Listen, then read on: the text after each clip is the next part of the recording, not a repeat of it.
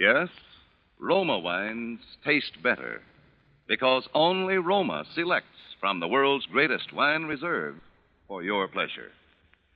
And now, Roma Wines, R-O-M-A. Roma Wines present Suspense. Tonight, Roma Wines bring you Miss Virginia Bruce in Night Comes Riding, a suspense play produced, edited, and directed for Roma Wines by William Spear. Suspense, radio's outstanding theater of thrills, is presented for your enjoyment by Roma Wines. That's R-O-M-A, Roma Wines. Those better-tasting California wines enjoyed by more Americans than any other wine. For friendly entertaining, for delightful dining. Yes, right now a glassful would be very pleasant, as Roma Wines bring you Virginia Bruce in a remarkable tale of Suspense.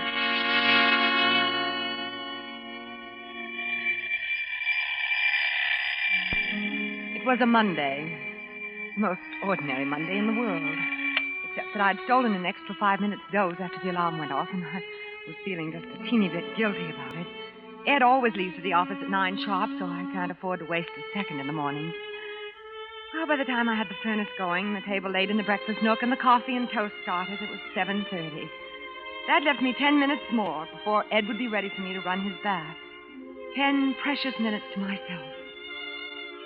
I suppose every woman has some little pet vanity of her own. With me, it's my hair. Ed's always trying to make me have it cut. He says long hair is unhygienic, and besides, a woman of my age shouldn't be concerned with appearances. I often wonder what he would say if he knew I spent 10 whole minutes every morning just brushing and combing my hair. Just brushing and combing and admiring myself in the mirror like any schoolgirl. Only this morning I didn't. I was a little upset. Lily! Yes, dear? Where's my blue serge suit? I can't find it anywhere. Oh, Ed, I gave it to the cleaner. Oh, no. Well, it did need cleaning so badly. You said so yourself. I said nothing of the kind. But you did, Ed. You said... All right. I'll wear the gray. You'd better come out and start your breakfast. It's late. Yes. I'll be right out. Ed? Yes? You know, Roger didn't come home last night. No? Isn't he? No, and I'm worried. Well, I don't see why. Half the time he doesn't get home until 3 or 4 o'clock in the morning. Now, cream, please. Yes, dear. But he's never stayed out all night before. Look, Millie, for 2 years I've provided food and shelter for your nephew so he could go to college in this town, and I've never complained. And please don't say it's because of his old man's money either. You had a quarrel with him last night, didn't you? Oh, it wasn't a quarrel. I just told him a few things for his own good, that's all. Well, it was more than that. I heard you. You fought with him. I didn't fight with him. There was a little scuffle, maybe. There was blood on the lapel of your suit, too. All right, there was. Say, what are you driving at, anyway? Nothing, Ed. I'm just wondering why Roger didn't come home. Well, don't worry. He'll show up. Well, I gotta be going. But it's only 8:30. I've got to walk today. I had trouble with the car last night. Say, that reminds me, Millie. What are all those glass jars doing up on the shelf in the garage? Oh, my preserving jar. Well, whatever they are, they certainly don't belong in the garage. But, Ed, I never start with my preserves until the 15th. You know. Oh, look, Millie, look. Raleighs are sending a mechanic up the first thing this morning to look over the car. I don't want the garage looking like a cannery. Besides, those things are dangerous up there. Suppose they should fall. All right. Put them down in the cellar. Why, up there where they are, those things could be the death of somebody.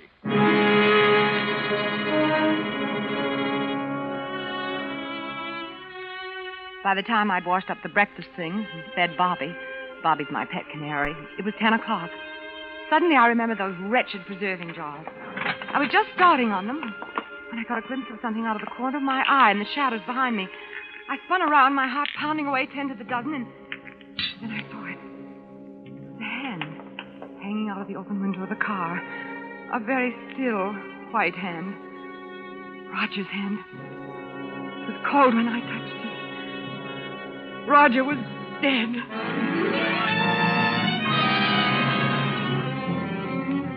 I don't know quite what happened after that. I know I was running away from that awful darkness and out into the sunlight of the yard, and I was screaming, I guess.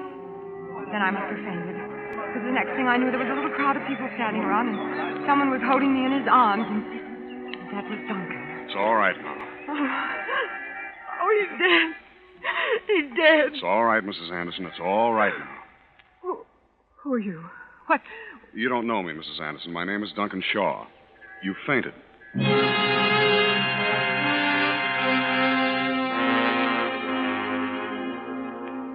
next few weeks were like a nightmare. The local police, and then the state authorities, too. Questioning, looking, snooping. They knew he'd died of carbon monoxide poisoning, but there were some wounds, too, on his head, and they couldn't explain them. All this and what happened to poor Roger and Ed being so nervous and irritable. Finally, there was an inquest. I didn't even go to it, but it was all in the papers the next day. You're not eating your breakfast, Ed? I don't feel hungry. Oh, all right. Ed? Yes? What does an open verdict mean? Open verdict? Yes, that's what the coroner's jury said about Roger, wasn't it? Yes, that's right. Well, what does it mean? Well, it just means that they don't know. They don't know how it happened. You mean whether it was an accident or something else? Yes. I don't think it was an accident. Do you, Ed? I don't know. I don't know what it was. Who do you think did it? What do you mean by that? Just what I said. Who do you think did it? I don't know. What do you mean? It probably was an accident. Maybe it was suicide. How do I know? Somebody hit him, Ed. All right, maybe somebody did. I don't know, and I don't care. You don't what? I said I don't know. I don't know anything about it.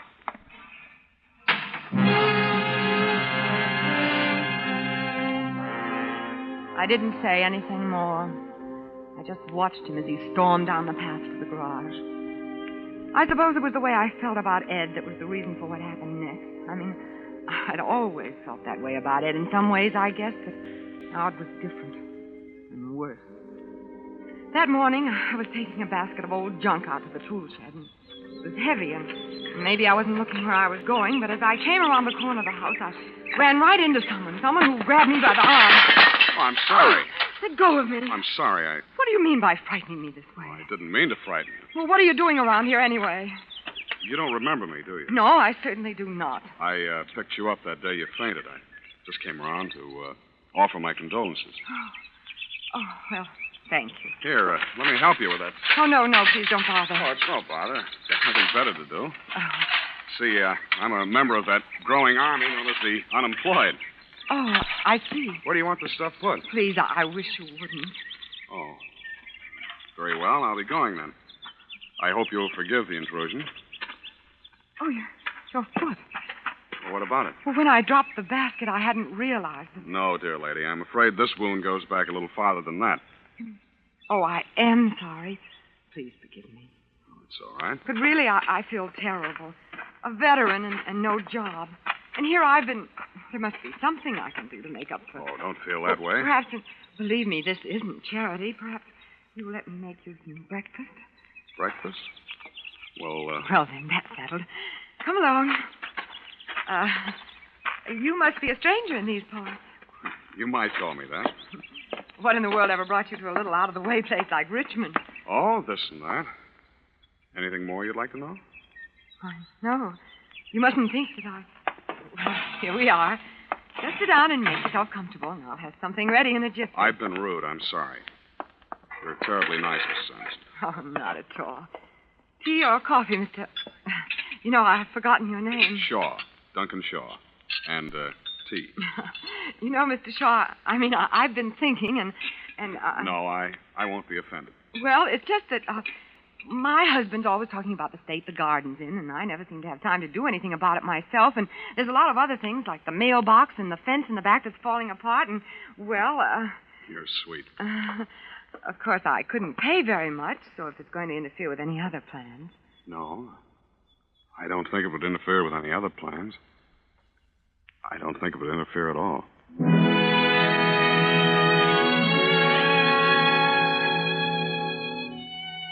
That's how it began, just as casually as that. A few weeks ago, I could never have done such a thing. I'd have worried about what Ed would say and how I was going to tell him, or felt guilty and ashamed that I was keeping a secret from him. But it didn't make any difference now. I didn't care. Duncan came to work every day after Ed had gone to the office and left before he got home. And it got so I looked forward to his coming with a strange, secret happiness. I hope I'm not disturbing you, Miss Anderson. Oh, no, of course not. I was just going home for the day, and I Well, thought of course, if you'll just wait a minute. I left my purse upstairs. Oh, you've already paid me today, Mrs. Anderson. Oh, yes, I did. You said you were going to hang some curtains this afternoon. I thought I might be able to help. Well, that's very kind of you, I'm sure. Will you join me in a cup of tea, sir? Oh, I wouldn't want to trouble you. There's no trouble. I've got it all made. Oh, so it is. You take milk or lemon? Oh, please. I'll do it. May I? Of course, it's just that... You're not used to being waited on. Well, now you come to mention it, I suppose I'm not. Or perhaps you've just forgotten what it feels like. Perhaps I have. Sugar? Yes, please. There are a lot of other things you've forgotten, aren't there? Oh, I don't know. Like poetry, for instance. Poetry. You recognize this? Edna St. Vincent Millay? Where in the world? You asked me to clean out the attic. Duncan, give it to me. There isn't much left to give. Millay or Nick Kenny. It's all the same to the rats, but there's a name on the flyleaf. Mildred West. And part of a sonnet written out in longhand. You remember what it was? Mildred West? Why, no, I don't think I do. I think you do. I think you know it by heart. Love cannot fill the thickened lung with breath, nor clean the blood, nor set the fractured bone. Yet many a man is making friends with death, even as I speak, for lack of love alone. Mildred. You're lovely. Please. Your hair. It's like the Princess Griselda that I used to read about when I was a little boy. I used to pretend I was her knight in shining armor, and one day I would come riding up and rescue her from the dark tower. You see, she was a prisoner, too. Oh, no, Duncan. No. And all this time, you've been like her, waiting to be rescued, waiting to escape. Haven't you, Mildred? Haven't you? Oh, yes, Duncan. Yes. Yes, yes.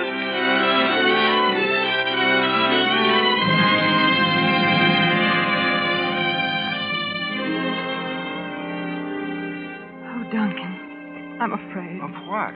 Of being happy? No, only of how it will end. Why does it have to end? But it will. And then I'll want to die. There's somebody at the door. It must be Ed. I'll go. Wait, you don't have to. I've been going to tell him anyway. Now's as good a time. Tell him. Millie, where is the... Oh, Ed, this is Duncan Shaw. Duncan Shaw? Yes, he's been doing some work around the place. Oh, he has he? I'll be going, Mrs. Anderson. I'll see you tomorrow, Duncan. We'll talk about that later. There's nothing to talk about, Ed. Isn't there? Well, I don't want him around here. Why not?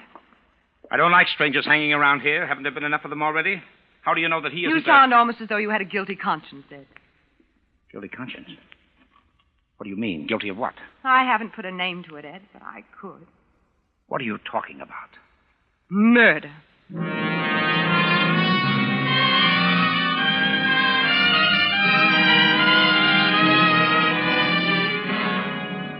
For Suspense, Roma Wines are bringing you Virginia Bruce in Night Comes Riding. Roma Wines' presentation tonight in radio's outstanding theater of thrills, Suspense.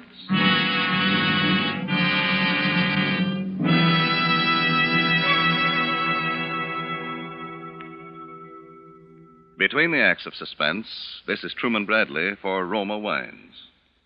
For entertaining friends, for everyday pleasure, more Americans select Roma than any other wine. That's because you enjoy an important difference in Roma, an extra dividend of pleasure in fuller bouquet, richer body, and better taste. To bring you superior wines, better tasting wines, Roma selects from California's choicest grapes. Then, with ancient skill and wine-making resources unmatched in America, Roma master vintners guide this grape treasure unhurriedly to tempting taste perfection. These choice wines are placed with mellow Roma wines of years before, and from these reserves, the world's greatest reserves of fine wines, Roma later selects for your pleasure. So why not enjoy a Roma California wine tomorrow? Whether your favorite is sherry or port, muscatel or tokay, you'll find any wine by Roma is better tasting wine. That's Roma, Roma wine. Your best buy in good taste. And now, Roma Wines bring back to our Hollywood soundstage Virginia Bruce as Mildred Anderson, Wally Mayer as her husband Ed, and Howard Duff as Duncan Shaw in Night Comes Riding, a tale well calculated to keep you in suspense.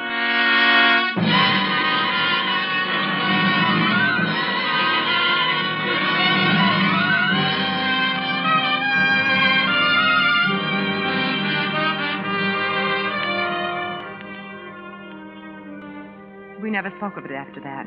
We never spoke of much of anything. I knew he'd hated Roger. I knew he'd fought with him. And I'd accused him to his face of killing him. He didn't even bother to deny it. What was there to talk about? Besides, I was in love. That was part of it, too, I suppose. Part of my trying to escape. Falling in love with a boy years younger than myself. A stranger that I'd only known a few short weeks. I knew I was living in a dream world and that I'd have to wake up someday. But I didn't care. Will you pass the milk, please, Millie? It's by your place. Oh, yes. Well, I see there was another robbery in town last night. Frank Davis's house. He was wounded, too. They took a shot at him. That's too bad. Well, you might show a little interest. That might have been our house, you know. That might have been me that stopped that bullet. Yes, I suppose it might. And you wouldn't care much either, would you? I didn't say that. Now, look, Millie. There's no use holding this thing against me forever. Holding what against you? Listen, I know you didn't tell them how I fought with Roger that night, and I'm grateful. When the police are looking for a suspect, you never can tell what they're liable to pounce on, but now... It's 8:30. You'd better get started. All right, Millie. If that's the way you want it. Well, I see your protégé's out there bright and early this morning. Is he? What's the catch, Millie? You're not paying him enough to amount to anything. Maybe he just likes working for an important man like you. Or maybe he's smitten with the lady of the house, hmm? That'd be a hot one, wouldn't it? Millie's boyfriend. Well, I gotta go. Morning, sir. What? Morning.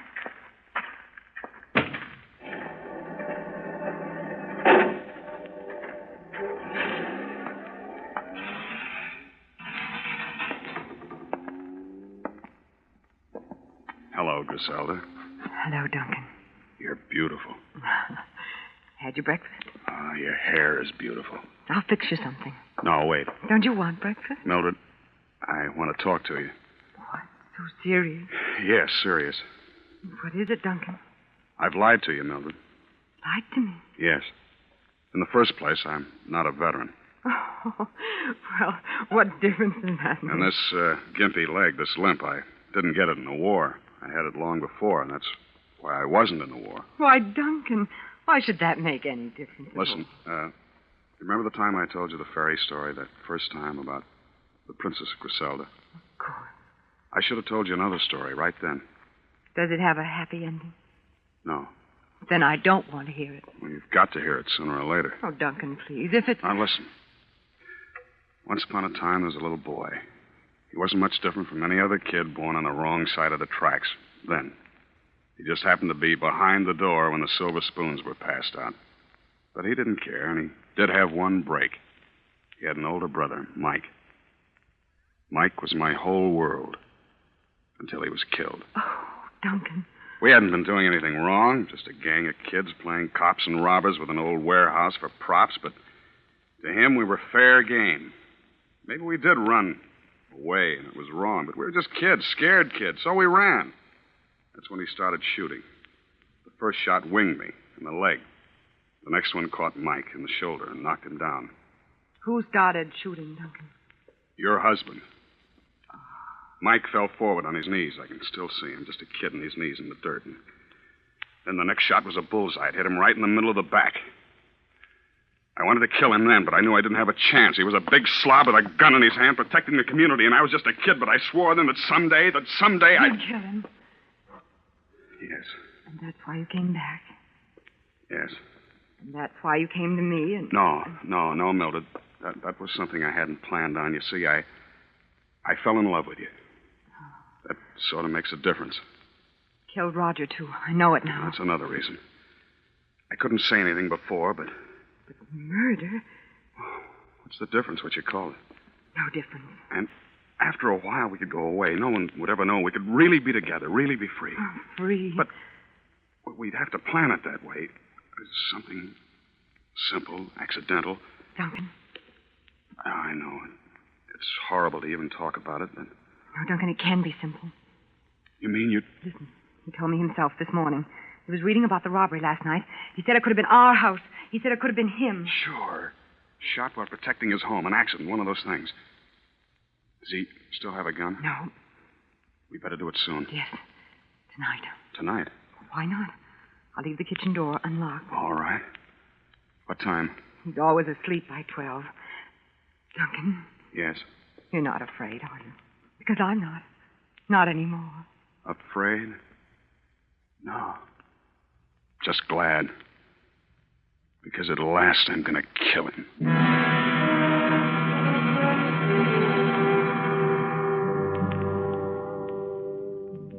I was quite calm after that. I got supper as usual, as I had for the past 10 years. Ed would be home for supper at 7:30. Ed was always home for supper at 7:30 on Thursday. Only on this Thursday, for the first time in 10 years, Ed was late. 30 agonizing minutes late. Well, something sure smells good. You're late. What happened? I stopped in at Lerner's Hardware. Brought you a little present. Gun. It's no water pistol. What do you want a gun for? What do you think? What are you afraid of, Ed? Who says I'm afraid? But what these robberies and all these other things... What other things? Oh, let's skip it, shall we, Millie? All I say is a man's entitled to a little protection for his home, for his wife. Isn't that right?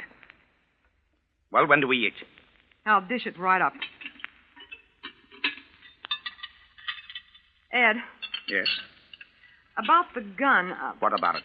Well, where do you want to keep it? I mean, I'll put it away for you somewhere where you'll Oh, always... no. No. From now on, this gun's my right arm. Anybody starts prowling around this place is in for the shock of his life.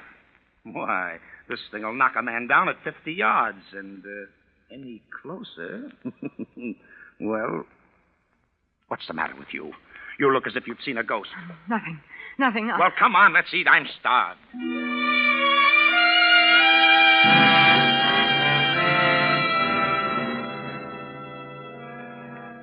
He kept it right next to his plate all through dinner. Finally, after about an hour of listening to the radio, he got up to go to bed, and he took that gun with him. I followed, as I always did, to turn his bed down for him. And as I came into the room, I saw him putting it under his pillow. After that, it seemed hours and hours lying in the dark, watching the luminous hands of the little bedside clock creep on to 11, 11:15, waiting until I was sure he was asleep. And then slowly, ever so slowly, I slipped my hand under his pillow, reaching for the gun. What's the matter? What's the matter? I think I forgot to lock the kitchen door. Oh, go to sleep, Millie. I locked it myself.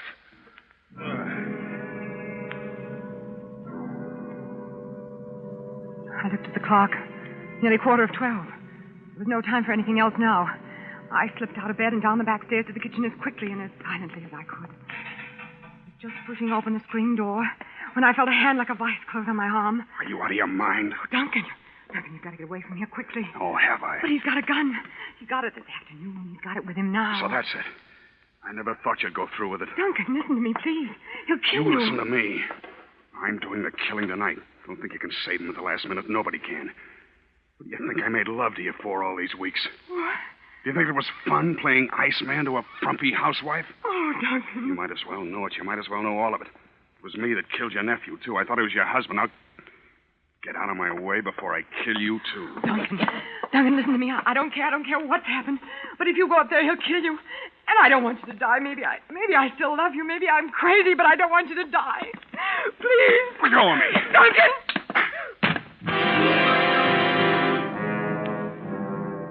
The blow stunned me and I fell. But only for a few seconds. And then I was scrambling to my feet again and running blindly across the dark kitchen and up the back stairs. There was still time. I could still stop it. Please, let there still be time.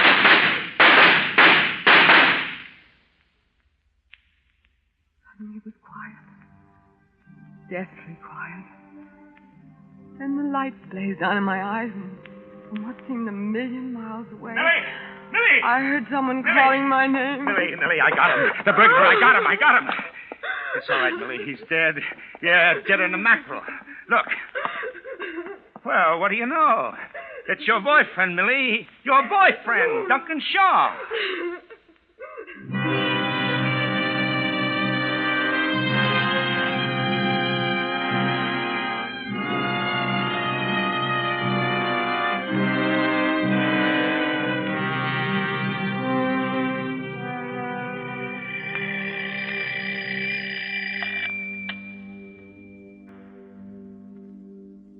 There's always so much to do in the morning. The furnace and Ed's breakfast and his bath.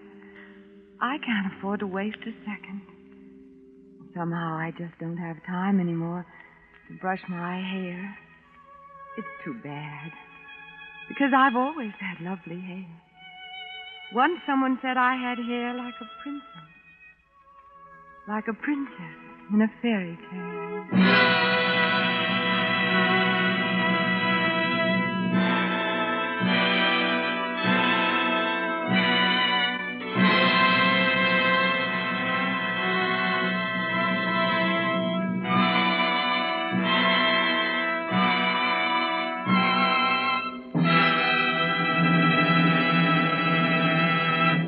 Suspense. Presented by Roma Wines. R-O-M-A. Roma. America's favorite wines. Our star of the evening, Virginia Bruce, will be back with us in just a moment. This is Truman Bradley inviting our new Suspense listeners to discover what our regular listeners already know. That there's an important difference in Roma wines. A difference you enjoy in fuller bouquet, richer body, and better taste. Yes, Roma wines taste better because Roma selects better tasting wines from the world's greatest wine reserves. That's why more Americans enjoy Roma than any other wine. For a tempting taste treat tomorrow, serve Roma California Sherry. Perfect first call for dinner, delicious for entertaining anytime. And now, Virginia Bruce. Thank you, Truman. I just want to tell our listeners how much I've enjoyed appearing on Suspense. And how much I think they'll enjoy next week's Suspense show, starring Angela Lansbury. Good night, everyone. Tonight's Suspense story was written by Pamela Wilcox. Next Thursday, same time, you will hear Miss Angela Lansbury as star of Suspense. Produced and directed by William Spear for the Roma Wine Company of Fresno, California.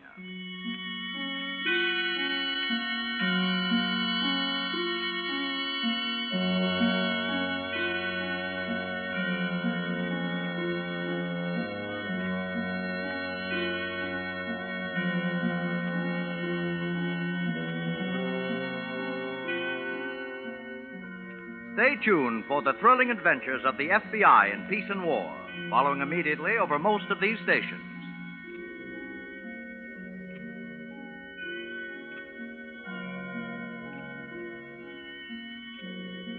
In the coming weeks, Suspense will present such stars as Hume Cronin, June Havoc, and others.